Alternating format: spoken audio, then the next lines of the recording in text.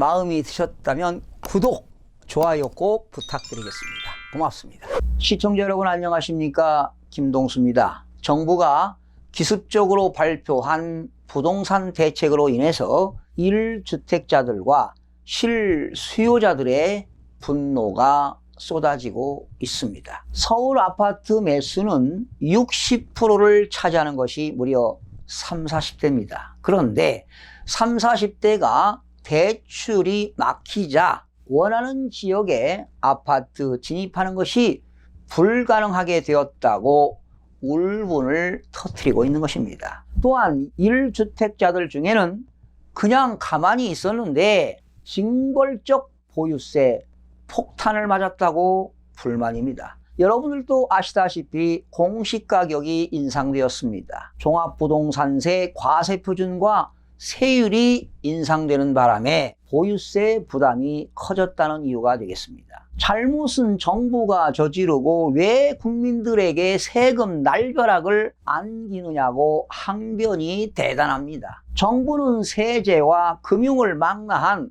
고강도 대책을 17번이나 쏟아냈습니다. 이번까지 18번째 대책이 되겠는데요. 이렇게 대책이 나올 때마다 오히려 집값이 상승했습니다. 무려 서울 집값은 2년 6개월 동안에 40%나 올랐습니다. 역대 정부 최악입니다. 강남구는 무려 52%가 올랐습니다. 그런데 말이죠.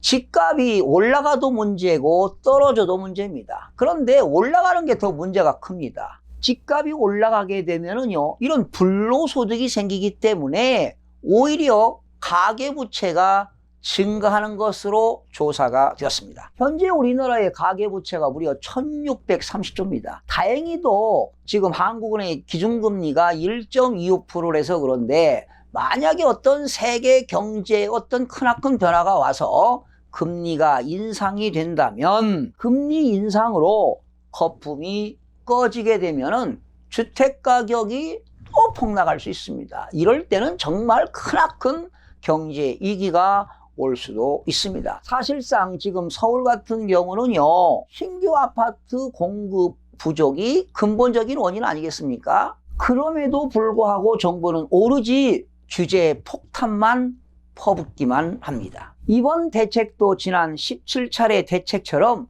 아마도 일시적인 효과는 있겠지만 결과적으로 실패로 귀결될 가능성이 커 보입니다. 대출금 없이 자기 돈으로 서울에서 집을 살 수 있는 사람은 과연 얼마나 되겠습니까? 로또 청약 열풍 탓에 새 아파트 분양시장에서 밀려난 30, 40대에게 대출을 낀 아파트 매수가 유일한 방법입니다. 그런데 지금 대출이 안 되다 보니까 30, 40대의 불만이 커지는 거 아니겠어요? 금수저가 아닌 30, 40대는 강남 들어갈 꿈도 꾸지 말아야 됩니까? 그러다 보니 30, 40대의 자조와 불만의 목소리가 가득합니다. 정부는 양도소득세 한시적 인하로 다주택자들이 매물을 내놓을 것이라고 말하지만 정책 효과는 미지수로 나타나고 있습니다. 대상을 대폭 제한하다 보니까 매물이 나온다 해도 대출 규제로 실수요자들이 발이 묶인 상태에서 어떤 일이 벌어질지는 아무도 예측할 수가 없습니다. 특히 다주택자들에 대한 양도소득세 중과 부담을 덜어주는 대책은 상당히 긍정적입니다. 그런데 말이죠. 조정 대상 지역 다주택자가 내년 상반기까지 집을 처분하게 되면 양도소득세 중과를 면제하는 방식으로 회로를 열어준 거는 맞는데요. 하지만 대상을 10년 이상 장기 보유 주택으로 한정해서 매물이 충분히 나오기 어려움으로 판단되고 있습니다. 만약에 말이죠, 10년 이상 보유가 아니라 한 3년 이상이라든가 5년 이상 보유한 주택을 양도하게 되면 혜택을 주겠다고 했다면 좀 물량이 많이 나올 텐데 아쉬움이 많습니다. 도대체 정책 위반자들이 말이죠. 시장 감각이 있는 건지 없는 건지 부족한 건지 도대체 알 수가 없습니다. 그 다주택자들이 말이죠. 보유한 주택 중에서 10년 이상을 보유한 주택을 양도하면 한시적으로 중과하지 않겠다. 과연 얼마나 되겠습니까? 어떻게 이렇게 정책을 문재인 정부 출범 이후 집값 양극화는 더욱더 심해지고 있습니다. 서울 집값은 한 평이죠. 3.3제곱미터 한 평당 1억 원 시대가 열리고요. 연일 신고가 행진을 이어가고 있지만 지방 대부분은 집값이 그대로이거나 오히려 떨어진 지역이 많습니다. 서울 집값을 잡겠다고 고강도 수요 억제책을 지속하면 오히려 부동산 시장 전체가 얼어붙을 수 있고 결국 지방 중산층이나 지방에 있는 서민층들이 피해를 보게 되는 것입니다. 이번 대책으로 집을 팔기도 사기도 어렵게 되었습니다. 거래 절벽은 더욱더 심해지고 집주인들은 종합부동산세라든가 건강보험료 인상분을 세입자인 전세 월세자들에게 전가할 것입니다. 그로 인해서 만약에 전세라든가 월세가 올라간다면 결과적으로 서민층이 피해를 입게 되는 겁니다. 이렇게 정부의 무능은 모두를 피해자로 만드는 것입니다. 이렇게 문재인 정부의 부동산 정책을 신뢰하지 않는 응답이 과반수를 넘었다는 조사 결과가 나왔습니다. 여론조사 전문기관인 리얼미터가 지난 17일 조사했는데요. 현 정부의 부동산 정책을 신뢰하지 않는다는 응답이 57.6%가 나왔는데요. 전혀 신뢰하지 않는다 33.7%, 별로 신뢰하지 않는다 23.9%로 57.6%가 신뢰하지 않는다로 나왔습니다. 신뢰한다는 응답은 36.6%입니다. 매우 신뢰한다 11.9%, 어느 정도 신뢰한다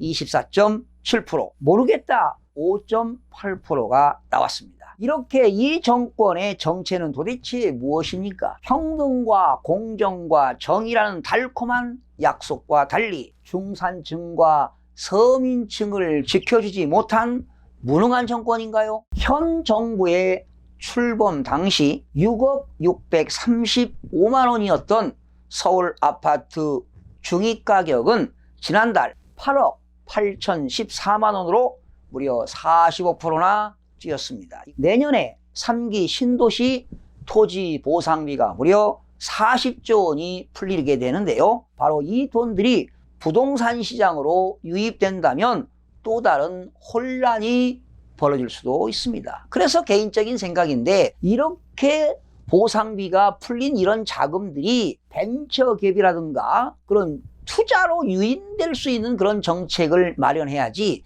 이러한 돈들이 부동산에 유입된다면 정말 부동산은 걷잡을 수가 없게 되는 것입니다. 지금 말이죠. 집값 급등의 가장 근본적인 원인은 공급의 부족입니다. 집값 안정은요. 강력한 규제로 수요를 틀어막는 것만으로는 한계가 있습니다. 도시및 주거환경정비법에 의해서 재개발과 재건축 규제를 대폭 완화해서 주택 공급을 확대시켜야 됩니다. 그리고 건축법에 의해서 용적률을 좀 완화해가지고 말이죠. 더 많이 공급해야 되는 겁니다. 그리고 보유세는 좀 강화하고요. 거래세는 좀 부담을 완화해서 더욱더 과감한 정책이 필요하지 않나 이런 생각을 해봅니다. 지난 몇몇 역대 대통령들의 부동산 정책을 간단하게 한번 소개해 보겠습니다. 노무현 정부에서는요 2004년도 5년도에 부동산 가격이 급등하다 보니까 사실은 2002년 3년 4년 계속 올랐거든요. 그래서 2004년도에 12월 30일 날 종합부동산세가 만들어진 겁니다. 그래서 2005년부터 종합부동산세를 과세해서 세금 폭탄이 생긴 겁니다. 그럼에도 불구하고 그 당시 강남 아파트 값은 천정부지로 상승했습니다. 이명박 정부 때는요 신시장적인 부동산 정책은 일부 좀 성공했다고 봅니다. 그 당시 투기를 차단하기 위해서요 무려 기준금리를 5차례나 올렸고요. 그리고 강남 주변에다가 보금자리 주택을 지어서 공급을 확대해서 그 당시 집값은 좀 안정화된 거는 사실입니다. 그 이후 박근혜 정부는요, 그 당시 경제가 안 좋다 보니까 경제를 살리겠다고 말이죠. 부동산을 이용해서 또 규제를 많이 풀었습니다. 그리고 주택금융 완화를 위해서 많이 그 LTV라든가 DTI를 완화시키지 않았나요? 대출을 완화해서 빚내서 집 사라고 하지 않았습니까? 그리고 이제 문재인 정부 들어서는 지금 부동산 정책을 무려 18번이나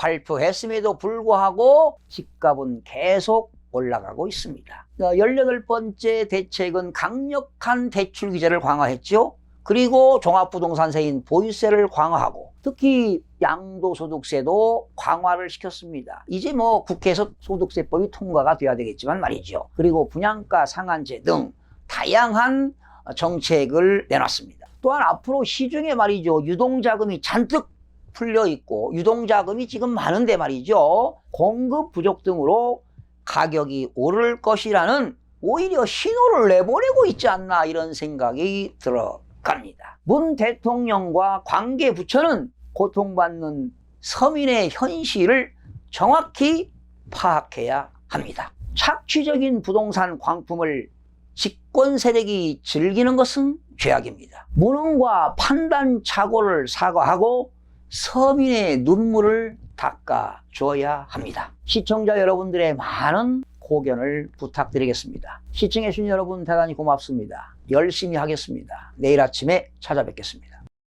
마음이 드셨다면 구독, 좋아요 꼭 부탁드리겠습니다. 고맙습니다.